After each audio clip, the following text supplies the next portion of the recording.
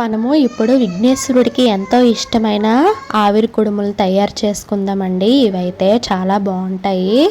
నెయ్యి వేసుకొని చేస్తాం కదండి, పిల్లలు కూడా చాలా ఇష్టంగా తింటారు. ప్రాసెస్లోకి వెళ్దాము. ముందుగా అయితే గుప్పిడి శనగపప్పును తీసుకొని కొంచెం శుభ్రపరచుకొని ఒక అరగంట సేపు నానబెట్టుకోండి. ఈ విధంగా నానబెట్టుకొని సైడ్ పెట్టుకోండి.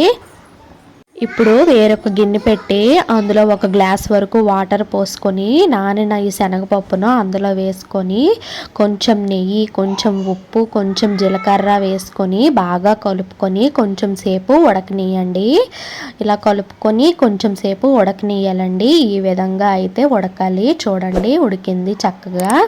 ఇప్పుడు ఈ కన్సిస్టెన్సీలో ఉన్నప్పుడే ఒక 2 కప్పుల వరకు బియ్యం రవ్వ ఉంటుంది కదండి, అది ఇందులో వేసుకొని బాగా కలుపుకోండి.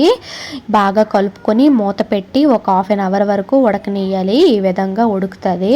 ఇప్పుడు ఇందులోన దించే ముందు కొంచెం నెయ్యి వేసుకొని బాగా మిక్స్ చేసుకొని చల్లారాక చిన్న చిన్న రౌండ్ బాల్స్లా చేసుకోవాలండి. వీటినే ఆవిరి కుడుములు అని అంటారు. విఘ్నేశ్వరుడికి నైవేద్యంగా సమర్పిస్తారు. ఇవి చేసుకోవడం అయితే చాలా ఈజీ అండి. ఆ విఘ్నేశ్వరుడికి చాలా ఇష్టమైన ప్రీతికరమైన ప్రసాదాలండి ఇవి. ఒకసారి మీరు కూడా ట్రై చేసి చూడండి.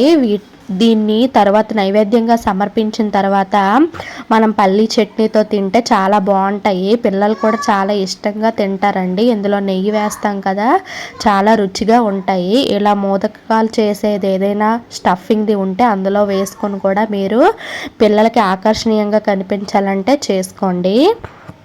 టేస్టీ టేస్టీ మోదకల కుడుములు అయితే రెడీ అయిపోయి. ఒకసారి మీరు కూడా ట్రై చేసి చూడండి. Thank you. కొత్తగా చూస్తున్న వాళ్ళైతే సబ్స్క్రైబ్ చేసుకోండి.